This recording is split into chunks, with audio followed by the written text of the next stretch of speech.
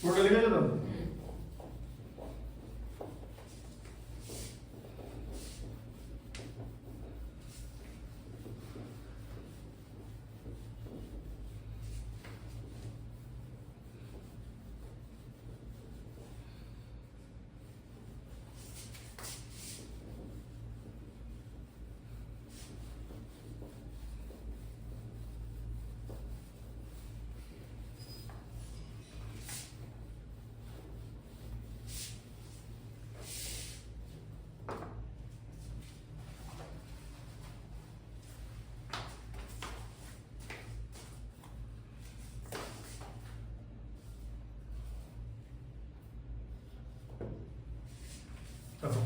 কি আছে এটা?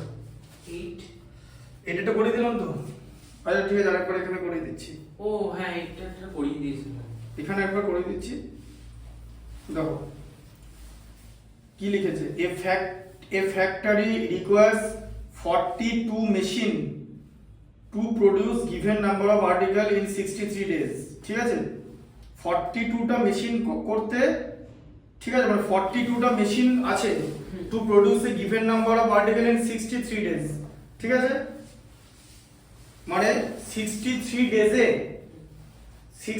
ডেজের মধ্যে একটা কাজ করতে 42টা মেশিন লাগছে।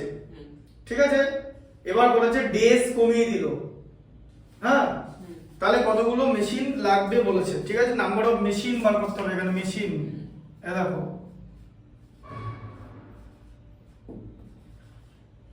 মেশিনস এদিকে ডেজ। ঠিক আছে, দেখো তাহলে এখানে ডেজ হচ্ছে 63 আর মেশিন হচ্ছে 42, কিন্তু এবার বলেছে তোমার ডেজ কমিয়ে দিয়েছে, মানে কম দিনের মধ্যে সেম অ্যামাউন্ট অফ ওয়ার্ক করতে হবে। তাহলে বেশি মেশিন লাগবে না কম লাগবে বলো? কম দিনে কাজ করতে হবে, কিন্তু কম দিনে বেশি মেশিন লাগবে। বেশি মেশিন লাগবে। বুঝে গেছো ব্যাপারটা? তাহলে একটা বাড়লে একটা কমছে তো, কি রিলেশন? ইনভার্স। ঠিক আছে, with same amount of work, মানে ওয়ার্ক কিন্তু বাড়ানো হয়নি, শুধু ডেজ কমিয়ে দিয়েছে। ঠিক আছে, with same amount of work, days and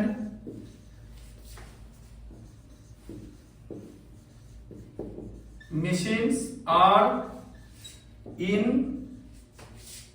inverse proportion, তাই তো? আচ্ছা স্যার, এক্সামের সময় এটা ইয়ে করতে হবে? হ্যাঁ, এটা না লিখলে সাজাবে কি করে? এটা তো লিখে দেখাতে হবে যে তুমি অঙ্কটা বুঝেছো, কোথা থেকে ঝাড়ো নেই, তাই না? ঠিক আছে, তাহলে এবার এখানে কি হবে? ইনভার্স আছে, যে এটা নিচে আর এটা উপরে, তাই তো?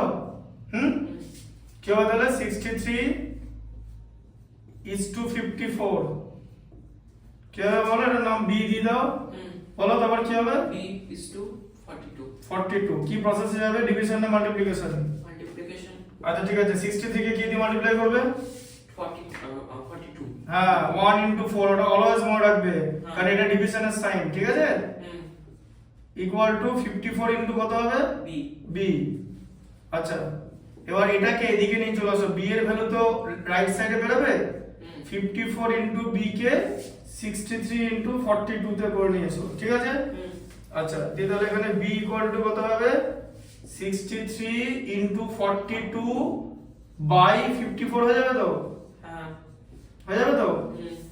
63 কে 9 দিয়ে ডিভাইড করলে 7, 9 দিয়ে ডিভাইড করলে 6, 6 কে 7 দিয়ে মাল্টিপ্লাই করলে 42, 7 ইনটু 7। ঠিক আছে, তাহলে কত হলো? 49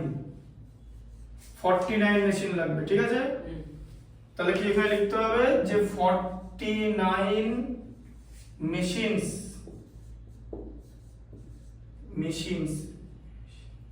স্পেলিং ভুল করেছি, স্পেলিং ভুল, তাড়াতাড়ি লিখে দাও। মেশিনস would be required,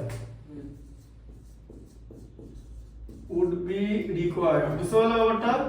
রিলেশনটা সবার আগে বুঝতে হবে। তুমি যদি রিলেশন বুঝতে না পারো তুমি প্রপোর্শনটা বানাতে পারবে না, ঠিক আছে? If you don't understand the relation you will not be able to make the proportion. তুমি যদি প্রপোর্শন ঠিক করে না বানাও তোমার অ্যানসার আসবে না। সবার আগে বুঝতে হবে with same amount of work বাড়ায়নি, ঠিক আছে? ওয়ার্ক বাড়ায়নি। এরকম যদি হতো যে 63 দিনে যদি 54 দিনে একটা কাজ করা গেলে 63 ডেজে কত কাজ করা হতো, বেশি দিন বেশি কাজ, তাহলে তো কাজটা বেড়ে যাচ্ছে, কনস্ট্যান্ট তো থাকছে না। কনস্ট্যান্ট থাকছে কি, যেমন ওখানে total number of bottle constant ছিল, বটল বাড়ায়নি। কি করা হয়েছে যে আগে একটা বক্স মানে বক্সে যতগুলো বোতল রাখতাম তার থেকে বেশি বোতল বক্সের বোতল রাখছি। 12টা বোতল রাখতাম একটা বক্সে, এখন 20টা বোতল রাখছি, তাহলে আমার বক্স কম লাগবে। এটাও ঠিক তাই, যে আমার কম দিনে কাজ করতে হবে, তাহলে ওয়ার্ক ফোর্স বাড়াতে হবে, মানে number of machine has to B increased. That is Y number of machine required 49। এখানে আরো একটা স্টেপ বলে দেয়, বাংলা মিডিয়ামে বইতে এরকম লেখা থাকে যে how many machines would be required more, বা আরো কটা মেশিন লাগবে। যদি এটা স্টেপটা কি হতো, আরো কটা মেশিন লাগবে বলো? যদি অঙ্কটা এটা জিজ্ঞেস করতে যে আরো কটা মেশিন লাগবে, তাহলে কি হবে, কি করে বার করবে বলো? আরো কটা মেশিন লাগবে?